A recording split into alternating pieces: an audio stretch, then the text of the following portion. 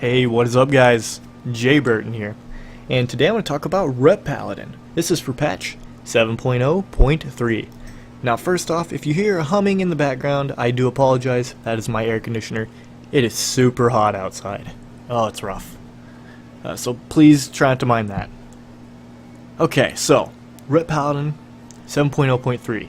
We don't have our artifact weapons or anything like that, or the honor tree, but we still do have most of the changes that are coming in Legion. So that's what I want to explore. Before I get into the talent tree and what I think are best for PvP, I want to go over the big changes that we have so far. So Rep Paladin is the only spec to still have Holy Power. The other two specs do not. I wish they would have got rid of Holy Power altogether, but hey, it's alright. Ret's still fun. So first off, Rep Paladin's the only Paladin spec that can have buffs. Now the other two specs can have an aura out. Rep Paladins drop out buffs. You can only put out 3 buffs. But these 3 buffs are much better than the original blessings of Wisdom and Kings and Might. Now Kings isn't really useful in PvP in my opinion, but a little note is you can actually have all 3 buffs on yourself. I didn't realize that for the longest time until I saw somebody else. I was like, what? So that's kind of cool. You should never do that though. That's a big waste. 2 of them don't really benefit you. So in an arena environment, like in 3v3, you'll most likely be putting Wisdom on your healer and then Might on you and your other DPS teammate. Blessing of Might's so good. 10% chance to deal 30% additional damage is holy. That guy is in a guild called Hodor. Oh my gosh. Sorry, okay, anyways. And Wisdom isn't bad either. You get 1% mana and health every 15 seconds. Mostly it's good for the mana part, because there's not a whole lot of mana regen in the game. So that's pretty nice, you can provide that for your healer. Another big thing, Blessing of Protection and Divine Shield. You can now DPS through these bubbles. It doesn't make you stop attacking. Even if you bop, like your rogue teammate, he can still DPS through the bop. That's so good. That change is actually insane. Rep Paladins are no longer absolutely dependent on Avenging Wrath. Now, don't get me wrong. We need it up really to secure a kill. 35% increased damage? Yeah, it's a big deal. But we have so much consistent damage now. We can actually be doing things offensively while Avenging Wrath is on cooldown. Used to, it was pop Avenging Wrath, go for a kill. If it doesn't happen, well, you're now on, excuse my language, you're now on bitch duty and have to heal your teammates and, keep them alive while you're not doing any damage at all. That's not the case anymore. Consistent damage exists now. Let's see here. Hand of Hindrance. This is great. We now have a range slow. That's pretty powerful. 30-second cooldown though. It's a downside. It only lasts for 10 seconds, but reduces movement speed by 70%. This is huge because we lack mobility. We can no longer keep instantly cleansing ourselves of slows. They took that out. I'm kind of glad in a way, but kind of sucks too. And I think that's all the major changes. We did lose some teammate buffs like Blessing of Sacrifice and such. No more instant cast Flash of Lights, but yeah, it's okay. Flash of Light's actually really strong now though. We can be spamming it until we're which we go really quickly by the way. Yeah, look at my mana draining. But those heals are actually very powerful. Alright, let's move on to the talent tree. This is the talent setup I like to use for PvP. Now in the 15 tier, the only one I like is Final Verdict. Execution Sentence does some pretty decent damage, but I like doing the whole all damage up front. I don't really want dots, I just want all my frontal damage, and this makes your Templar's Verdict do 20% more damage. Consecration, just for PvE. I don't even know if people use that in PvE. That's the only time I'd take it. It's not too good. Alright, level 30 tier. This one, you can use all 3 options. If you're versing a double caster cleave, I would recommend Greater Judgment. Your judgments hit 2 additional nearby targets, and it has a guaranteed crit chance above 50% health. Now, the hit 2 nearby targets, it probably won't proc too much versus casters, but it allows you to get a nice crit while you're getting kited. The other 2 options, you're not going to be able to benefit from them much because you're getting kited. I guess technically you could still take this versus a double melee cleave too, but I would actually take a different option. Versus a double melee cleave, Zeal is pretty good because you're hitting multiple targets. but I prefer Fires of Justice because this synergizes so much with our other talents. Reduce the cooldown of Crusader Strike by a second and gives you a 15% chance of each use to reduce the holy power cost of your next damaging or healing ability by 1. This synergizes so well, and I'll go over that, well, actually now. So in the 45 tier, Fist of Justice. It no longer just reduces the cooldown of Hammer of Justice by 30 seconds. Every time you use a holy power spending ability, you reduce the cooldown of your Hammer of Justice by 8 seconds. So if you're spec for Fires of Justice, you're able to use Crusader Strike more often, generating holy power more often, and you have a 15% chance to make your next damaging ability cost 1 less holy power, meaning you're going to use holy power spending abilities more often to get your stun back up more often. I think that's the only way to go. The other two options here, Repentance, it does have its uses, but I still just prefer a nice, consistent, big stun. Blinding Light, it gets broken too easily, 1.5 minute cooldown for a 6 second CC. It is AoE, mind you, but I still don't think it's worth it. In the 60 tier, I only go Virtue's Blade. Blade of Wrath is interesting because it provides another dot. Maybe if you want to go dot based, you could take Execution Sentence, go Blade of Wrath. I don't know. Virtue's Blade is just so good. Every time it crits, you deal 3 times the normal damage.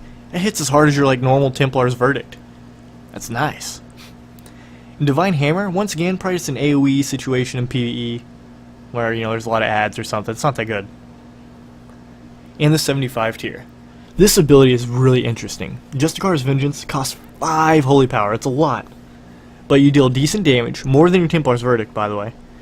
And you will heal yourself equal to the damage that you do. And it deals 100% increased damage and healing against stunned targets. It's pretty impressive. If you're versing double melee cleave, by the way, I'd go eye for an eye. 1 minute cooldown, reduce physical damage taken by 35%, and instantly counterattack every melee attack against you for a decent amount of damage. If you pop this versus a rogue and they don't even see it up for a couple of seconds, they're attacking so fast, you're doing so much damage to them. It's insane.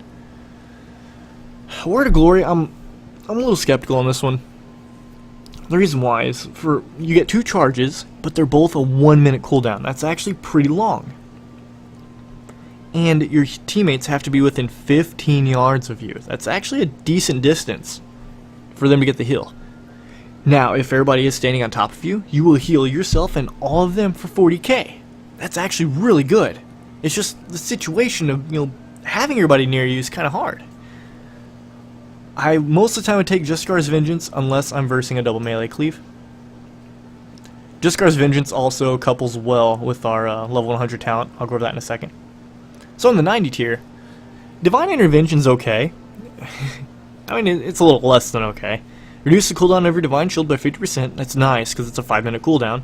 So this drops down to 2.5 minute cooldown, which is pretty needed. And every time you take a fatal blow, you'll get put up to 20% health and then bubble. Now you can't have this pop if you have Divine Shield or Forbearance active. It's interesting. All those people forget to pop their bubbles, little safety mechanism. But we lack mobility. This doesn't help mobility at all. Divine Steed, this does help mobility. 45 second cooldown, we hop on our mount for 3 seconds. Not bad. But then we get Seal of Light. Spend 1 to 5 holy power and increase your movement speed by 20% for 20 seconds per holy power. So if you spend 5 holy power, well, 20 seconds times 5. It's gonna last a while. So it's easy to keep up. I just don't like abilities that require me to spend holy power on something other than DPS. I prefer Divine Steed in this situation. But I guess they both could work though. Now, in the 100 tier, Holy Wrath is so fun. I'm not saying this is the best ability, but it is so fun. 3 minute cooldown. I'm not going to pay attention to the top paragraph because that's just for PvE. For PvP, deal 50% of missing health against enemy players. Just for example, I was at about 8% health or 9% health, and I popped this in a BG. I had three enemies around me. I hit all 3 of them for 290k damage. I didn't get a kill off of it, mind you, but it was still really cool. I had a lot of damage output from 1 click. This is great for scaring people in arenas. I'm sure I'll be like, okay, reversing Rep Pally. Oh, he's about to die. I hope he doesn't have Holy Wrath, because I'm at like 50% health. You know, it can cause some bluffs and things. People psych themselves out. I don't know. This ability can be a game changer, but I probably won't take it that much. The main thing I like is Divine Purpose. Your Holy Power spinning abilities have a 20% chance to make your next Holy Power spinning ability free. This synergizes with like the whole spec.